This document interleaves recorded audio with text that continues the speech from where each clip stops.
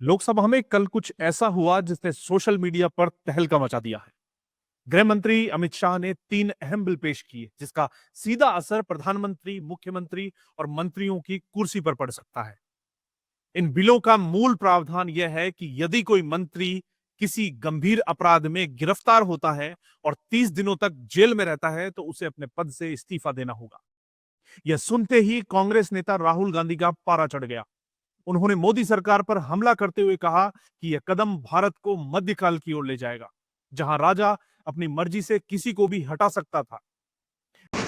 There is a lot of action going on. You must have heard, and I'm sure all of you have heard, of the new bill that the BJP is proposing.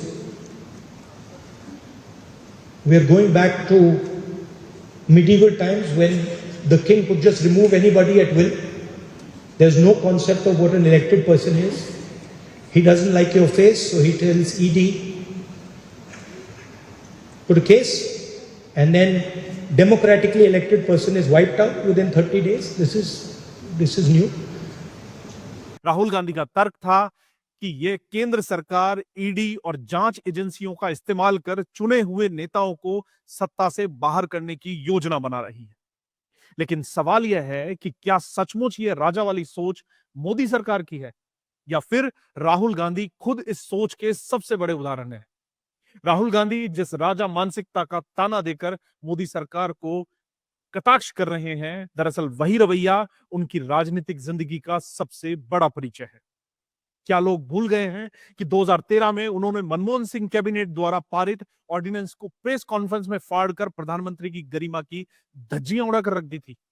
सोचिए, यह वही दौर था जब देश के प्रधानमंत्री मनमोहन सिंह थे और उनकी भी पार्टी के उपाध्यक्ष राहुल गांधी ने उनकी मेज पर रखे फैसले को चुटकियों में कचरे की तरफ फेंक दिया था।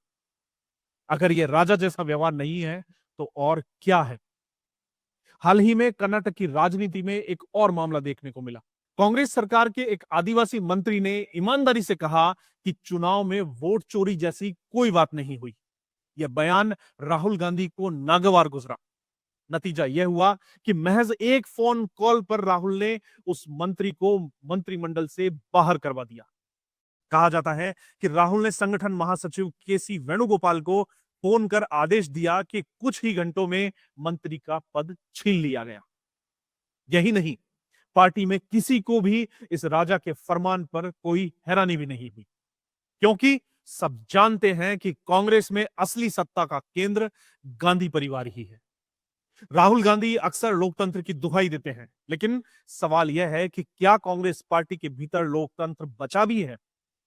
जिस पार्टी में फैसले जनता नहीं बल्कि फैमिली तय करती हो, जहां मुख्यमंत्री भी अपने फैसले के लिए 10 जनपद की ओर देखता हो, वहां लोकतंत्र की नसीहत कितनी हास्यास्पद लगती है, यह जनता बखूबी समझती भी है। मोदी सरकार के बिल पर राहुल गांधी का गुस्सा दरअसल उनकी असुरक्षा को दिखाता है। उन्हें डर है कि उनके करीबी अगर कानून के शिकंजे में आए तो उनकी राजनीति और कमजोर होगी। लेकिन जनता समझती है कि अपराधियों को सत्ता से बाहर करने वाला प्रावधान लोकतंत्र की मजबूती है, न कि उसकी कमजोरी। राहुल गांधी के भाषणों का एक पैटर्न है। जब भी कानून और व्यवस्था मजबूत करने वाले कदम उठाए जाते हैं तो वे तानाशाही और राजा जैसे शब्दों का हमला करने लगते हैं। लेकिन उनके अपने राजनीतिक इतिहास में ऐसे कई उदाहरण हैं जहां उन्होंने राजा की तरह व्यवहार किया है। ऐसे में जब राहुल गांधी मोदी सरकार को राजा कहकर हमला करते हैं तो यह वैसा ही है जैसे कोई चोर दूसरों पर चोरी का इल्जाम लगाए। राहुल गांधी का बयान लोकतंत्र की चिंता से कम और अपनी राजनीति बचाने का प्रयास ज्यादा लगता है। असली सच्चाई यही है कि वे बचपन से राजा की तरह पले बड़े हैं और अब जब सत्ता उनके पास नहीं है तो उनके हर जगह राजशाही ही दिखाई देती। मोदी सरकार का प्रस्तावित कानून लोकतंत्र को मजबूत करता है, जबकि राहुल गांधी की राजनीति परिवारवाद और निजी फैसलों से ही चलती है। राहुल को आईना देखना चाहिए। राजशाही की झलक अगर कहीं दिखती है तो वह उनकी अपनी पार्टी कांग्रेस में दिखती है और उनके अपने तौर तरीकों में दिखती है।